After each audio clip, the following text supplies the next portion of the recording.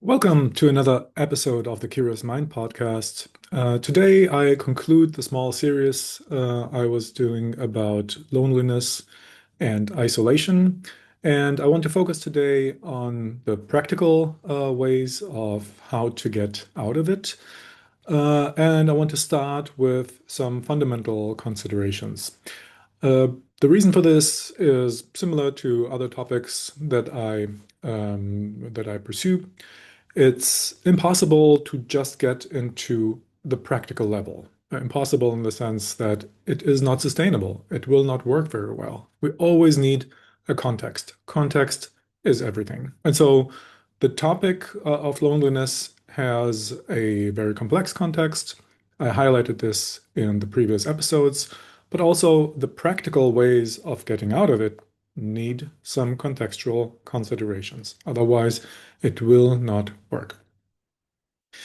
The first thing that I want to emphasize is the enemy is not you, is not yourself, at least not only.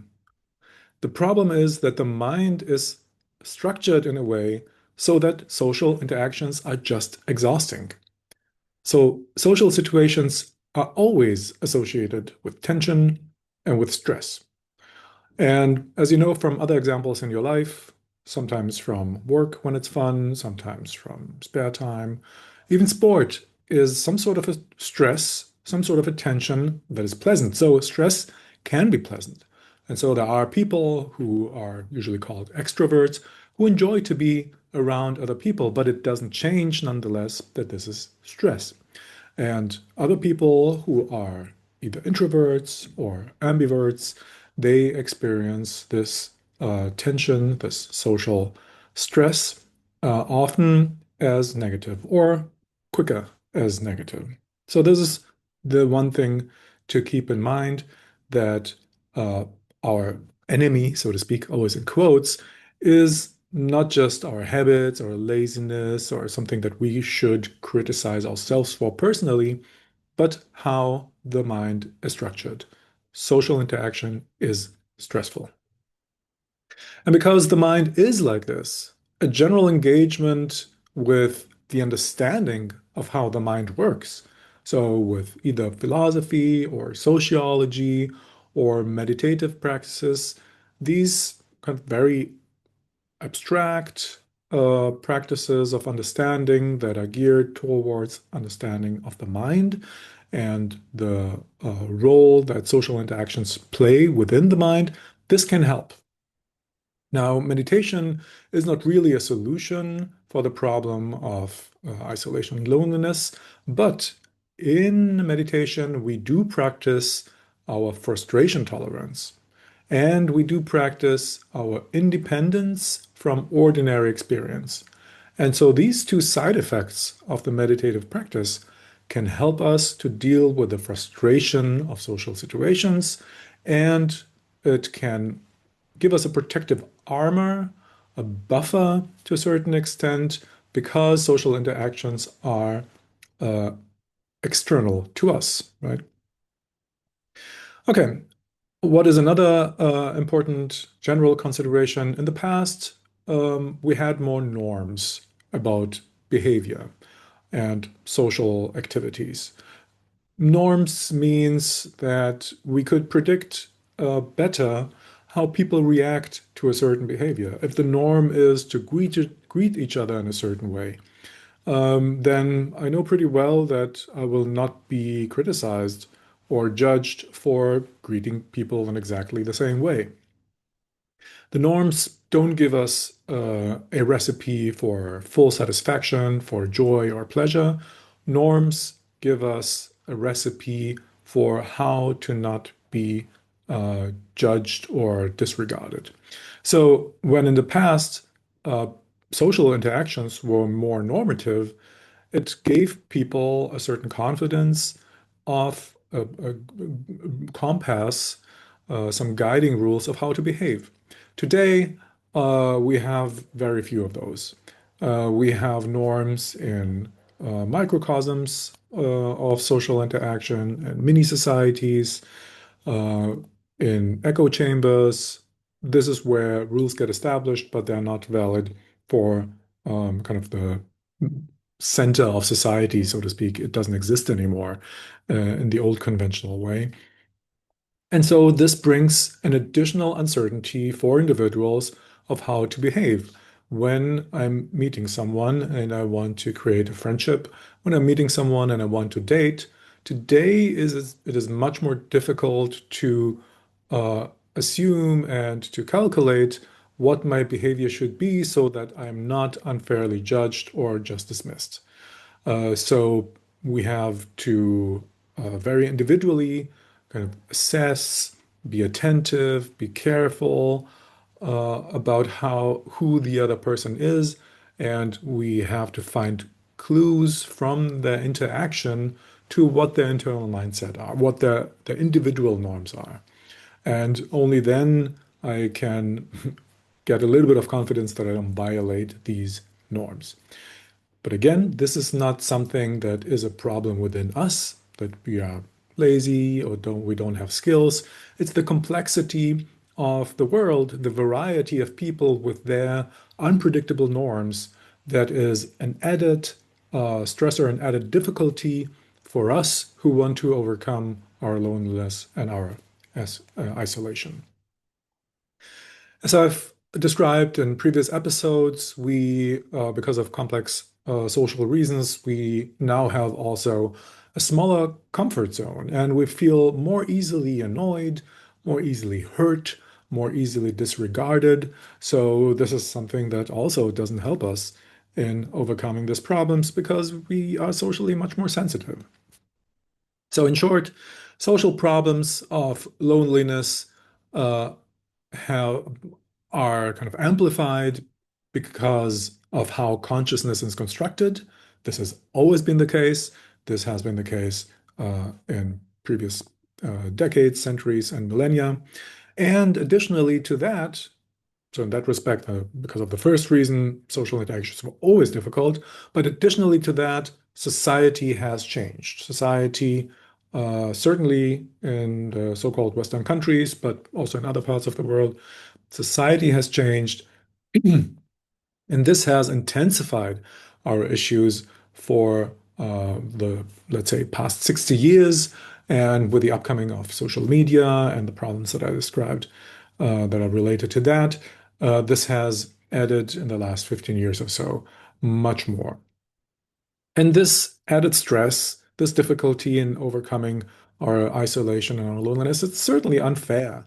We have we haven't done something particularly wrong to deserve this, and it's doubly exhausting. It's not just how the mind is constructed, but now that we have to consider all of these social problems as well, the changes of society, social media, and so forth, this is another difficulty that we have to overcome. Good. Let me come to another group of considerations where it's about to have realistic expectations. So now I have those general considerations in mind, and now I want to approach other people. What are realistic expectations that I can have about people and about the interaction? One thing that is important to me that I highlight often in my therapies is that the way that I behave creates a certain image of me. And this image of me that is created in the mind of the other person, this image does not belong to me. The image that my date or my supposed friend has of me is partly, of course, because of me, but to a large extent is also due to how they think, what their worldview is, and how I fit in their worldview. So this is a topic that is connected with what in the past decades has been termed constructivism. It's the acknowledgement that we make up a very specific version of the world in our minds. And we make up a very specific version of other people in this world. And how we understand and see those people is not only because of how they behave, but how I make my very idiosyncratic, my very specific calculations of my world and the people in them. What does that mean for the direct interaction when I want to approach someone? Uh, you don't have to take a full responsibility for the image that you create in someone else's mind. Don't have so much pressure in coming across in a perfect way to the person you want to befriend or to a date that you meet because you cannot control it anyway. We don't have an X-ray that tells us exactly the mindset of the other person so that we could perfectly adjust our actions and our communications so that the image in their mind is perfectly to our favor. It is not possible. We don't have these machines. I will never have. And also, even if we ask people, how do you want me to be? They can only tell what they know. And they certainly don't know themselves perfectly well. So this is a fundamental problem. The conclusion is don't try to perfectly fine-tune the image that you create in someone else's head because you can't. And as always, when we try to do something that is impossible, we put on our shoulders additional stress that is unnecessary. Another thing that is more statistically true than necessarily true, uh, in many cases, people that we're interested in, they don't have a spot left in their life for a best friend. Usually, people feel quite stressed, overwhelmed, busy, doing a lot of social or parasocial activities, as I called them last time, with social media. So nobody's just waiting for me. Nobody's just bored and has nothing to do and is waiting for me to step into their life. If I befriend someone, they have to carve out the time, the resources, the capacity so that I fit into their world. And they will only do this if I'm exceptionally well fitting. Because, yes, many people have acquaintances, they have kind of friendships from the past that are not really satisfying anymore. So, yes, if we are a great fit, they will change their lives, they will adjust. Maybe they will spend less time with other people in their group of acquaintances and more with me, but it has to be a really good fit. So that I hope helps you to understand that when you get a rejection, again, it is not necessarily and probably not entirely because of who you are and what you represent. It is also partly due to the fact that the people that I want to befriend don't have enough capacity to add someone who might just be another person who somehow fits. No, people are more selective nowadays. And they will add me as a friend, they will want me as a friend if it seems to be an exceptional fit. And this is difficult to achieve, especially in the first interactions, because some people reveal the lovable parts, the tender parts, the vulnerable parts, not in the first meetings. As always, friendship needs time, and knowing a person for months or years will reveal very different aspects to them and more appealing aspects to them than the ones that we just know for a few meetings. Here, there is an advantage for people who are charismatic, who are flashy, who are attractive, who have features that are more commonly associated with being interesting, well-traveled, good job, and so forth. And this doesn't tell much about if they are good friendship material. They're just attractive according to the current sets of rules and norms that exist in society. And it undervalues people who need more time to open up, need more time to be acknowledged for the subtle humor that they have or the special interests that they have. So, this is a principal difficulty that we have to face as well. Another thing to consider, uh, people constantly judge and evaluate. And so when we approach someone and we hope within ourselves, please don't judge me, please don't look at me negatively, this is an unrealistic expectation. People constantly judge constantly evaluate. It doesn't have to be a harsh judgment, but we walk down the street and we look at people and we get an instant judgment of if they're interesting, if they're appalling, if they're kind of nice, if it could be material. And so don't have the negative expectation that people won't judge you. They will judge you, just hopefully within a range of normal to interesting. Another thing, at the beginning, we are always dealing with constructions of people, with images of people. So even when I meet someone, if I'm completely honest and authentic, if I show myself as I truly am, this will not uh, land at the other person as the authentic person that I am. What they will see is something completely different. They create an image. Again, this is due to what we have found in the research of constructivism. They construct an image of me.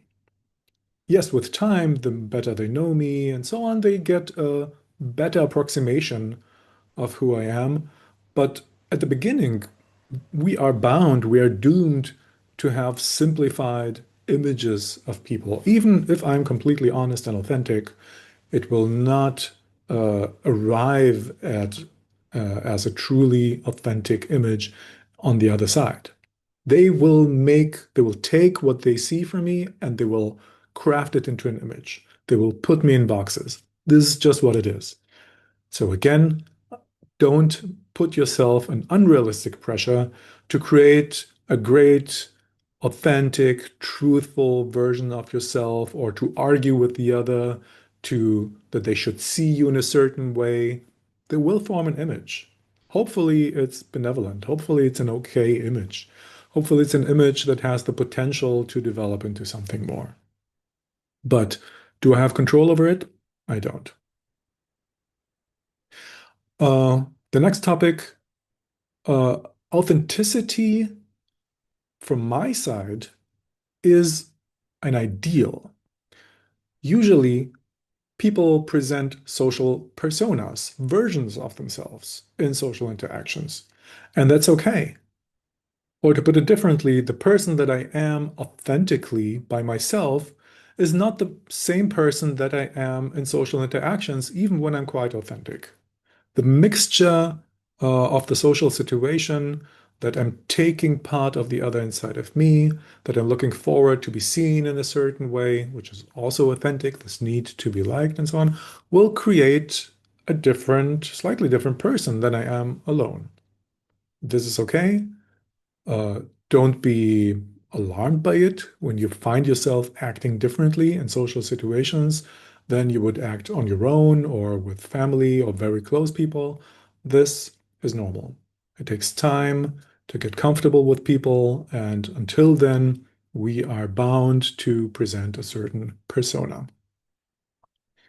Another important thing to keep in mind, people and the actions are not monolithic, uh, which means they're not set features in the personality that are just so.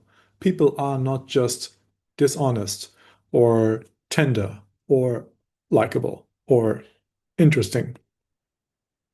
The reality is that every person has a tension inside of them. If you will, there's is the perspective of inner parts. This is what we say in psychology. So that I have different needs and different parts inside of me. One part is brave, another part is shy, another part is smart, another part is clumsy. All of these different parts are inside of me. And before I display a certain behavior, when I communicate in a certain way, then it's the most accurate to see this behavior, this communication, as the result of a very complex calculation that is happening sometimes unconsciously, sometimes even consciously within myself. And the result is simple. But the simple result that I make a joke that some people find funny and some not is the result of a complex calculation, right? Should I make this kind of joke? I'm asking myself, is the social environment ready to accept me with this kind of humor? Should I stay in the background? Should I put my need to contribute in a certain way, to be seen in a certain way, in the foreground, or should I just laugh at the other people jokes and try to be malleable and so on? There's so many different aspects in any given situation. So don't think that a person is just like that. To go away from a meeting and to think, oh, this person was so unpleasant or dishonest or fake or rude or lovely.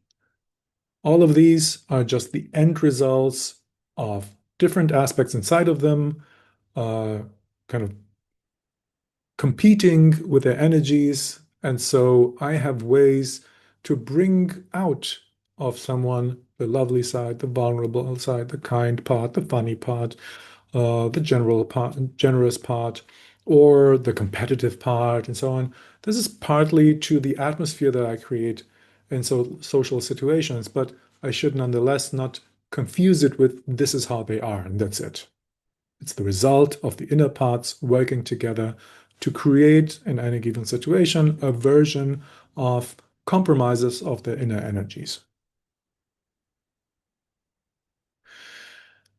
The main tool to overcome loneliness is to see myself in others, to understand others, to see that they too have worries, hopes, and expectations, disappointments. It's not that they just are, that they're just walking around, acting, communicating. There are motives behind it. This is connected with the last point that I made. There is a complex inner world inside of them, and it's an important tool in overcoming loneliness, overcoming isolation, to see that everyone has a complex inner life. Because then I can empathize, I can sympathize. I too have worries, I too have hopes, I too have expectations. And so when I communicate with this inner riches, with this inner variety, and I'm willing to see this inner richness and variety inside of others, then this is something that is important for them. This is something that they are interested in to be seen, to be taken as a complex personality. And so when I'm ready to behave in this way, to communicate in this way, then I have done a major step towards being interesting, being worth to be considered as a possible friend, because this is something that is rare. People want this in their life, people want to be seen. And if I work towards giving that and providing that, then this is a major step forward to be acknowledged and seen as someone who is worth spending time with. Okay, let's get a little bit more practical. People who have the some of the strongest inhibitions and problems to be interactive, to be social, are people with social anxiety. And the way to overcome this, and of course, there's complexity to this. You can find books and YouTube videos and so on. So, social anxiety is a thing. There are people who have very big problems to engage at all with other people or to be comfortable in social situations. And the way out of this, and luckily, anxieties are relatively easy to treat, the way out of this are exercises uh, which are there to reduce the inhibitions in social exchange and to create the opportunities, not the guarantee, the opportunities for connection. One of the things that people with social anxiety have an exaggerated version of in their mind is the fear to be judged, the fear to be devalued by others. And in reality, it happens all the time. People, like I said, are judged all the time. People are valued, put on a pedestal, or devalued all the time. The unconscious of people with social anxiety has difficulties to accept this. And so the practice is practice to be judged. Go into a social setting to some networking event where it doesn't matter, where you don't meet people that are super important to your life, and practice to be judged. Say something that is slightly out of order. See how people react and check within yourself if the reaction that they display, which is that they judge you or they're not that interested in you, if it's really that brutal and devastating as you thought it would be. And typically it is not. The practice, the psychological practice in short, is to replace the fantasy of what happens, the catastrophic fantasy of what happens when people judge me, when they don't like me, to replace that with the reality. And the reality is much more sober. It's not that excessive, it's not as dramatic than I imagine it might feel. Intellectually, many people know this. The unconscious has to realize this. And the unconscious realizes this through practice. It's not something that I think through in my mind and I calculate. The unconscious is much more simple in that respect. It needs to see that the rejection is not the end of the world. It's just unpleasant. This is what it is. And I have to expose myself to that again and again and then again and to check within myself. It will never become pleasant to be rejected. There is something inherently unpleasant in it, but it's not catastrophic. And this is the clue for, or one of the important clues to overcome social anxiety. So go out and collect rejections. This is an important part. Now, if you want to practice on contacts, leaving aside the perspective of social anxiety, but you're still not sure of how to navigate social situations, I would suggest to observe. Go into social settings, go into a park, a network event, whatever it is, and watch people. How do they interact? How do strangers interact with each other? What behavior seems to be tolerable in these situations? And typically people exaggerate. So if I have a slight anxiety, if I feel very uncomfortable in social situations, I will try to be Teflon. I will try to be pleasant, smile, do nothing wrong. But this is an exaggeration. When I look around and I see how people behave, I will see and recognize that sometimes people do things that are very unacceptable for me. And they're still not severely judged, thrown out, or whatever my catastrophic imagination would be if I did these things. So people are much more tolerant than I think, or they focus on things that I did not have in mind. They might tolerate a bad joke, they might not tolerate a certain nonverbal behavior, or vice versa. Observe, learn in your surrounding what is tolerable, what doesn't seem to be tolerable, and learn, usually, that there is a much bigger variety of what people seem to like, tolerate, accept than you think.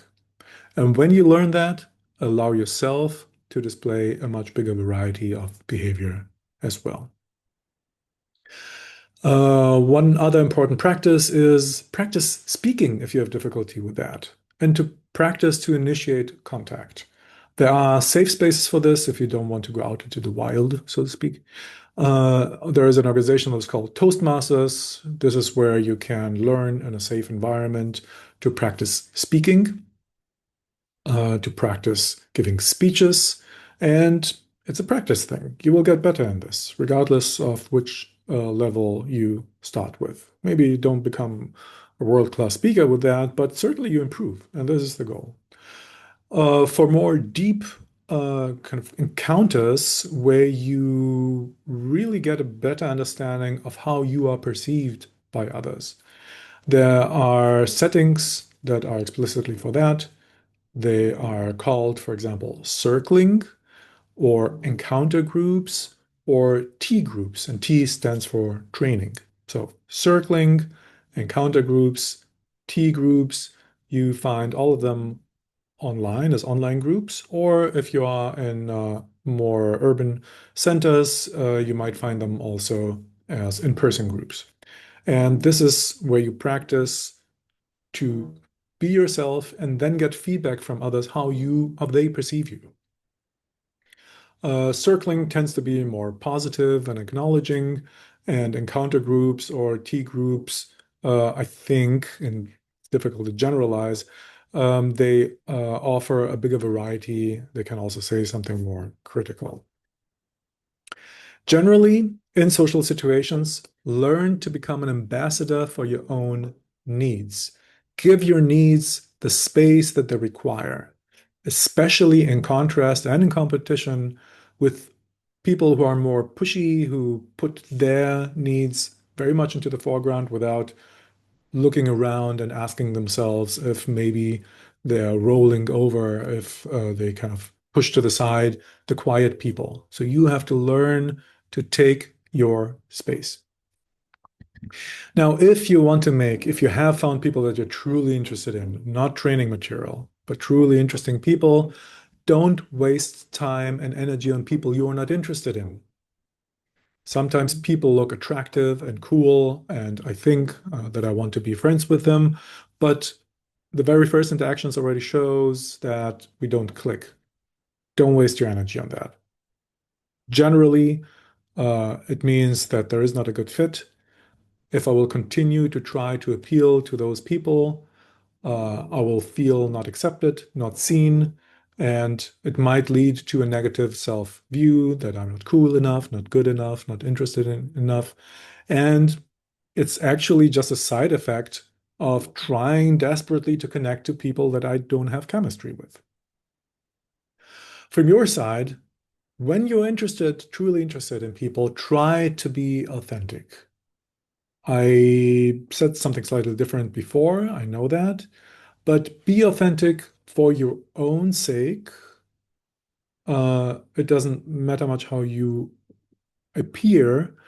Uh, the side effect or the risk that I take when I'm authentic is the risk of rejection. If I show myself as I truly am, I might get rejected because I deviate from the norm, from other people to a certain extent. But it also increases the chance to be interesting. If I try to be nice and acceptable, I'm also bland and uninteresting. Or if I try to be cool, it might come off in a wrong and just silly way. So this is one important reason to be authentic, show yourself as you are, so that people could see who they're dealing with and who could see aspects that might interest them. The other aspect why it's important to be kind of authentic from the beginning is that, let's say I create a persona, I fake a certain identity because I want to be with people that I find very interesting and cool. And then later, after some few months, I slowly start to show more of myself. There is a problem there because then these new friends will ask themselves, who is this person? Have they constantly lied to us? Have they hidden a part of themselves? There's sort of a betrayal, and it's as if you wasted my time. Like, why did you pretend to be somebody else? Why did you pretend to be cool with everything when in fact now you show that you are quite judgmental in certain aspects? So uh, this is due to the fact that once we put people in a box, it's difficult for them to get out of this box. Allow people to put you in the right box, so to speak, by being authentic. Okay, at the end, I want to mention a very important point. In general, when it comes to social interactions, and I said it before in a slightly different way, recognize the subjectivity of others. Recognize that their inner world is unique. The key to do that is empathy.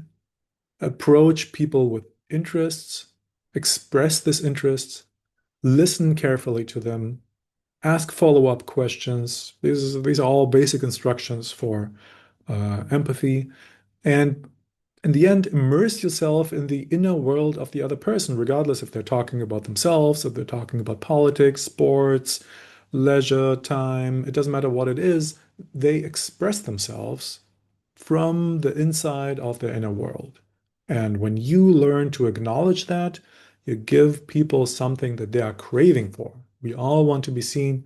We all want to be recognized. And so it's very pleasant to be around people who provide that. It might then also lead them to be interested and vulnerable in your inner world. And then it's an ideal fit. When I show that I am interested in your inner world, and when you are, in return, interested in mine. Okay, this is it for today. I hope you liked the content, and I see you next time.